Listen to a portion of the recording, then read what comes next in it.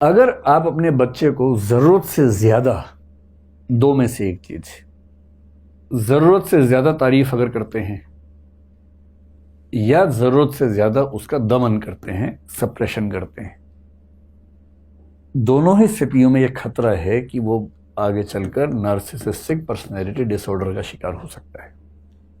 कैसे? कुछ पेरेंट्स बहुत तारीफ करते हैं, अरे बेटा तेरे अंदर जो बात है ना बेटा, अरे बेटा तू दुनिया से अलग है बेटा। अब वो बेटा गया किस दिन किसी को पीट के आ गया, क्योंकि बाप ने कहा था बहुत साहसी हो, साहस कहीं तो दिखाएगा ना बच्चा। अब जिस दिन बच्चा किसी को, दूसरे बच्चे को पीट के आ गया, देखने की बात है कि उस दिन माँ बाप ने क्या कहा। कुछ माँ बाप कहेंगे ये क्या बात हुई भाई, अजीब हालत है, चलो चल के सॉरी बोलो उसको। एक ये तेवर होता है जो कि ठीक भी है। एक होता है कि चलो कोई बात नहीं यार, ठीक है, हो जाता है, इसका मतलब पीटा हो कभी कभी हम कुछ नहीं बोलेंगे। तीसरा क्या होता है, उसने कितने मारे, पापा 2, तूने 8, क्या बात है यार, मेरा बेटा है, मजाक है। अरे अब कितने साल के हो गए बेटा, 8 साल के, बेटा 12 का हो जा, तमंचा दिलवा दूंगा। 12 में तमंचा, 16 में चेन गन बेटा, फिर सबको मारना आराम से। जो भी ठीक ड्रेस व्रेस में ना उसको मार देना, है ना, खराब चीजों को देखना अच्छा नहीं होता, मार ही देना उसको। अब इस परिवार में जो बच्चा है जिसको संस्कार ये मिल रहे हैं पेरेंट्स से, क्या वो ठीक इंसान बन पाएगा? कभी नहीं बन पाएगा। फिर वो अपने बाप को देखता है, उसके बाप का व्यवहार उसकी माँ के साथ ऐसा है जैसे मालिक और दास का संबंध हो।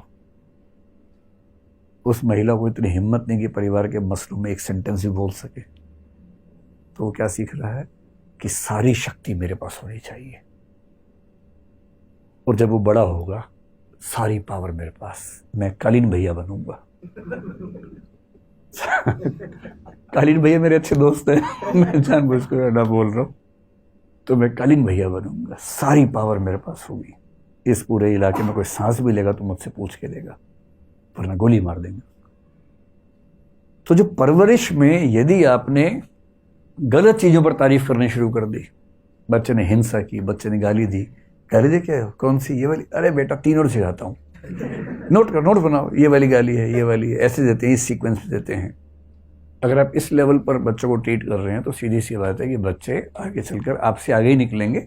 हर बाप चाहता है कि बच्चा आगे निकले, तो बच्चा आगे निकल जाता है। इस मामले में भी आगे निकलता है।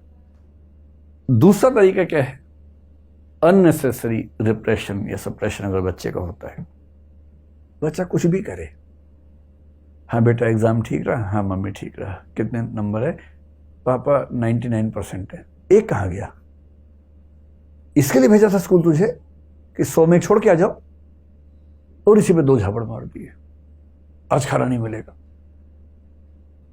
अगली बार पापा 99.5% है, अच्छा क्लास में रैंक कौन सा है, 2nd, कितने बच्चों में, 100 में, ये कौन है, ना बेटा ना, तू जिस खानदान का है ना उसमें 2nd रैंक आज तक किसी का नहीं आया। कहना चाह रही कि 2nd भी आज तक किसी का नहीं आया, पर कहते हैं कि पर भाव तेवर ये रहता है कि 2nd आज तक किसी का नहीं आया बेटा, 1st ही चाहिए बेटा, नाम डुबा दिया तूने हमारा। इतना दबाव, कोई अंकल आंटी है, चलो बेटा पोएम सुनाओ, आओ आओ पोएम सुनाओ, उससे बच्चे के मन में भाव आता है कि आग लगा दूं दुनिया में मैं, यार मैं रेडियो हूं, जब सब लोग आए आओ पोएम सुनाओ, मछली जल की रानी है, ये कोई बात हुई। ये होता है बच्चों को एकदम साधन समझना, वस्तु समझना, ऑब्जेक्टिफाई करना। और ये बच्चा डरा हुआ है आपसे, इसलिए जी पापा जी मम्मी बोलता है, पर उसके मन में क्या आता है आपको अंदाजा नहीं है। विद्रोह का ज्वालामुखी भरता जा रहा है इसके अंदर, हर बात पे डांट खाता है, हर बात पे पिटता है, अच्छा काम करता है फिर भी पिटता है। और इस बच्चे को लेकर रिस्क है कि या तो कभी ये खुद को खत्म कर देगा, नहीं झेल पाएगा, और अगर झेल गया और सफल हो गया जिंदगी में तो इस रास्ते पर चला जाएगा, भीखू मात्रे बन जाएगा फिर ये कि पूरा बम्बई मेरा है। इसलिए अगर आपके आसपास कोई ऐसा दृश्य दिखे जहां बच्चों की गलत हरकतों को महिमामंडित किया जा रहा हो, ग्लोरीफाई किया जा रहा हो, खतरनाक है। बच्चों को बड़ों से, दूसरे लोगों से तमीज़ से बात करना सिखाया जाए, ये बहुत ज़रूरी है।